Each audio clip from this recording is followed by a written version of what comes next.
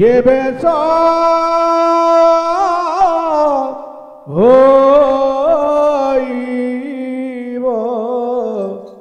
नहीं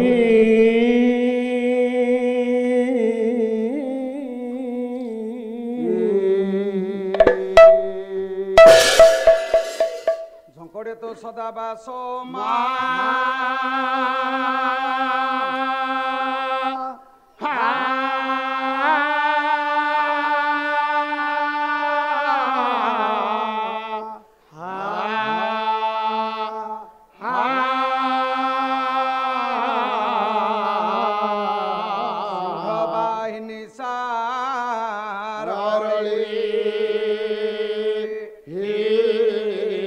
कंठे निवासायो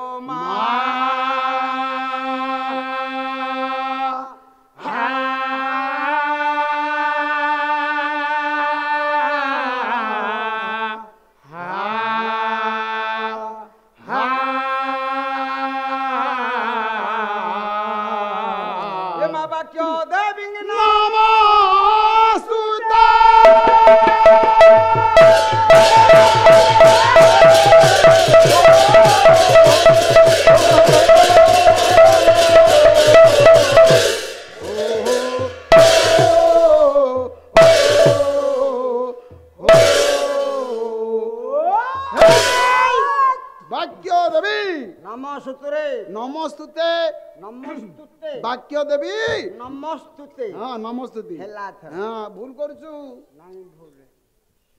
नील माधव ब्रज बांधव हे प्रभु हे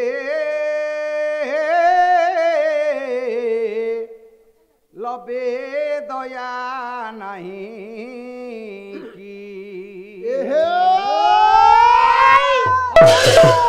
नील माधव ब्रज बांधव हे लबे दया नहीं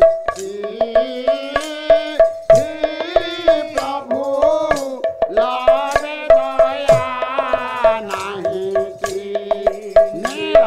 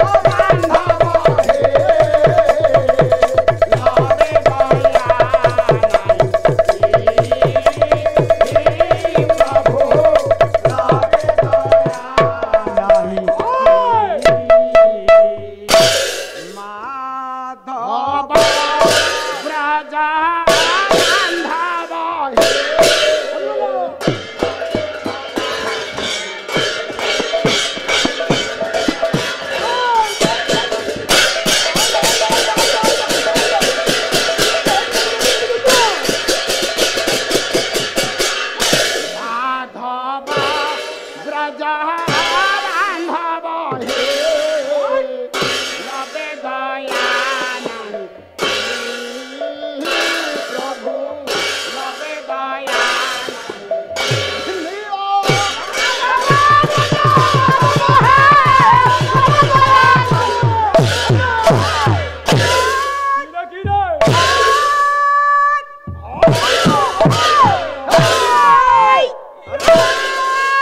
पार्टी करनी चुप चुप तू चुप चुप पूछ करे बंद करी पार्टी पूछ करे मोदी मासी लिखिले हाँ हाँ बाल्य तू कौतुक बसा दही राज मर्दी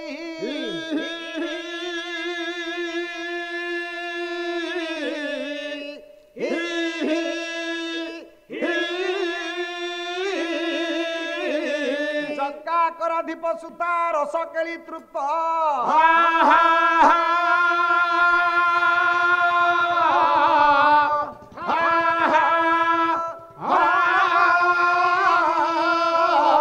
नित्या निरुद्ध सुखदाता गजार्ती हंता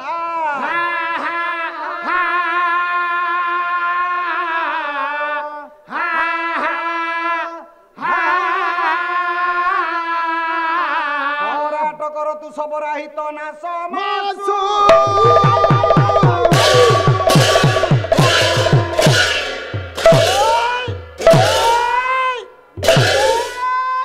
हित मासु हित मासु हित मासु ममाराध्य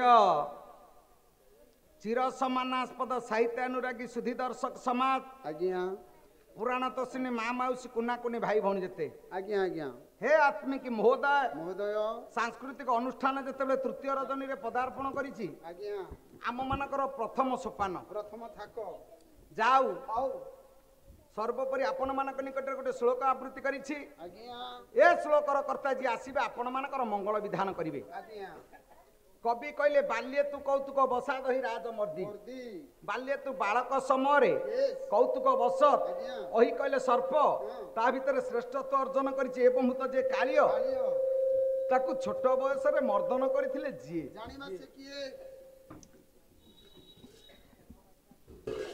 सेदिन दुर्मिल नंदन कंस एक छत्रवाद शासक आज्ञा भौणी देवकी भिणई वसुदेव को रथरे बसई नौची ता शाशु घरे छाड़ी दे आसीबो अच्छा सेदिन भाई जाउछि कंस भौणी की छाड़ी दब शाशु घरे किंतु बापा माने जानतिनी बापा न जीवार कारण कौन ना जदि बापा जीव पाप अर्जन करिवो कारण झियो को कन्या टी दान करछि महावेदी रे बापा आउ जो जगह को दान जिनिस जीव दान जगह रे पानी ग्रहण कले पाप हुए सेइतिबा आपण मानकर शास्त्र कहंती अस्वस्थ छेदी पितृमातृ घाती दत्ता पहारी सूता विक्रयंच गो बीज हृत्वा परदार कृत्वा न मुच्यते पाप चतुर्जुगा अस्वस्थ छेदी बर अस्वस्थ आज्ञा जी हाणिब सी जणे होची पापी पितृमातृ घाती बापा माँ को जी आघात दब सी जणे पापी अच्छा शास्त्र जदि कहला अस्वस्थ छेदी वृक्षरोपण होची सबुठु बड़ धर्म आजिर सरकार कांथ बाड़ लिखिले वृक्ष ही मानवर प्रधान बंधु आज वृक्ष मनुष्यर बंधु नुह इटा चिराचरित धार पुराण कालू सरी मनीष तो पाई गछ निहाती आवश्यक जन्म है बेले जोड़िए निया तो गोटे निया मला बेले गोटे निया तो जीवन जो जोड़िक निया ए निया पाई काठ दिखंड दरकार जन्म बेल काठ तो तो किए जोगाड़ करिछि बेसी न हो मल्ला बेलू जो छखंड काठ नबू से तो जोगाड़ करिथा तेणु सेतिकी मध्य आमे करिबा दरकार जाओ वृक्ष तो आमे रोपण करूचे काहेकि ना वृक्ष रोपण कले मनुष्य समाज उपकार हबो जदि हबो ताले गछ हानिले पाप काहेकि कहला जदि बा कहला सागुआन होची सबुठु दामिका गछ जदि कवि कहिथांते सागुआन छेदी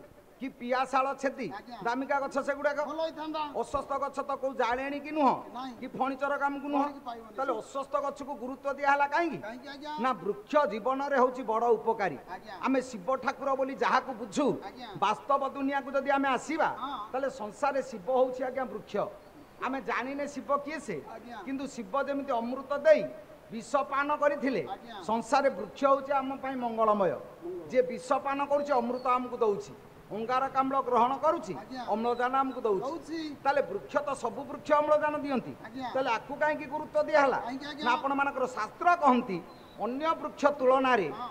ଅଶ୍ୱସ୍ଥ ବୃକ୍ଷ 10 ଗୁଣ ଅଧିକା ଅମ୍ଳଜାନ ଦିଏ ସେଇଥିପାଇଁ ହଁ। ଦେବବୃକ୍ଷ ହଉଛି ଅଶ୍ୱସ୍ଥ ଗଛ ଆଜ୍ଞା। ତେଣୁ ଜୀବନରେ ଅଶ୍ୱସ୍ଥ ଗଛ ହାଣିବେନି ନାଇଁ। ପାପୀ ହେବେ ସେଇଥିପାଇଁ କହିଲେ ପିତୃ ମାତୃ ଘାତୀ ଘାତୀ। ବାପା ମା କୁ ଯିଏ ଆଘାତ ଦଉଛି ଆଜ୍ଞା। ସିଏ ହଉଛି ଜଣେ ପାପୀ ପାପୀ। ଦତ୍ତା ପହାରୀ ଦାନ ଦେଇ ଯିଏ ଅପହରଣ କରିନିଏ ଆଜ୍ଞା। ସିଏ ହଉଛି ଜଗତରେ ଗୋଟିଏ ପାପୀ ପାପୀ। ସୂତା ବିକ୍ରୟଞ୍ଚ ଆଜ୍ଞା। ଝିଅକୁ ବିକ୍ରି କରି ଯିଏ ପଇସା ରୋଜଗାର କରେ ହଁ। ଗୋ ବୀଜ ହୃତ୍ୱା ଗୋରୁ ବୀଜ ଅପହରଣକାରୀ ସିଏ ଜଣେ ପାପୀ ପାପୀ। ପରଦାର କୃତ୍ୱା ଆଜ୍ଞା। ପରର ଝିଅ ବୋହୂକୁ କୁଦୃଷ୍ଟିରେ ଯିଏ ଦେଖିବ ହଁ। ସିଏ ହଉଛି ସଂସାରୀ ଗୋଟିଏ ପାପୀ ପାପୀ। ତାହେଲେ ଦତ୍ତା ପହାରୀ ଏ ଯୋଉ 6 ଜଣ ପାପୀଙ୍କ ଭିତରେ ଆଜ୍ଞା। ଦତ୍ତା ପହାରୀ ଦାନ ଦେଇ ଯିଏ ଅପହରଣ କରି ନିଏ ଆଜ୍ଞା। କନ୍ୟା ଟିକେ ଆମେ ଯଦି ଦାନ ଦେଲେ ମହାବେଦୀରେ ହଁ। ଝିଅ ଘରେ ଯଦି ପାଣି ଗ୍ରହଣ କରିବା ଆଜ୍ଞା। ଆମେ ପାପୀ ସାଜିବା ପାପୀ ହବା। ଆଜି ଜଗତରେ ଯଦି ହିସାବ କରାଯାଏ ଆଜ୍ଞା। ତାହେଲେ ଆମେ ସମସ୍ତେ ମଧ୍ୟ ପାପୀ ହେଇ ସାରିଲେଣି ଆମେ ପାପୀ। ଝିଅ ବାହାଘର କରିବା ହଁ। ଆମେ ସିନା ବାହାଘର ଦିନ ଛାଡ଼ିବାକୁ ଯିବାନି ଆଜ୍ଞା। କିନ୍ତୁ କିନ୍ତୁ ତାପରେ 4 ମାସ ଏଠି ଫୋନ କରିବା ଝିଅ ଆଉ ଛୁଟି ଅଛି ମୋର ସ୍କୁଲ ହଁ। ମୁଁ କାଲି ତ ଘରକୁ ଯିବି ଯାଉଛି ଆଉ ବୋପା ପାଇଁ ତ କଷେଇକି ଥୋଇଥବ ଇଏ ଝିଙ୍କି ଦେଇକି ଆସିବ ଆଉ ବଢିଆ କଥା। ତାହେଲେ ଆମେ ସମସ୍ତେ ଗୋଟିଏ ଗୋଟିଏ ପାପୀ ଆଜ୍ଞା। ବାପା ଘରେ ପାଣି ଗ୍ରହଣ କରିବା ହଁ। ସେ ତ ଝିଅ ଘରେ ବିଧାନ ନାହିଁ ନାହିଁ।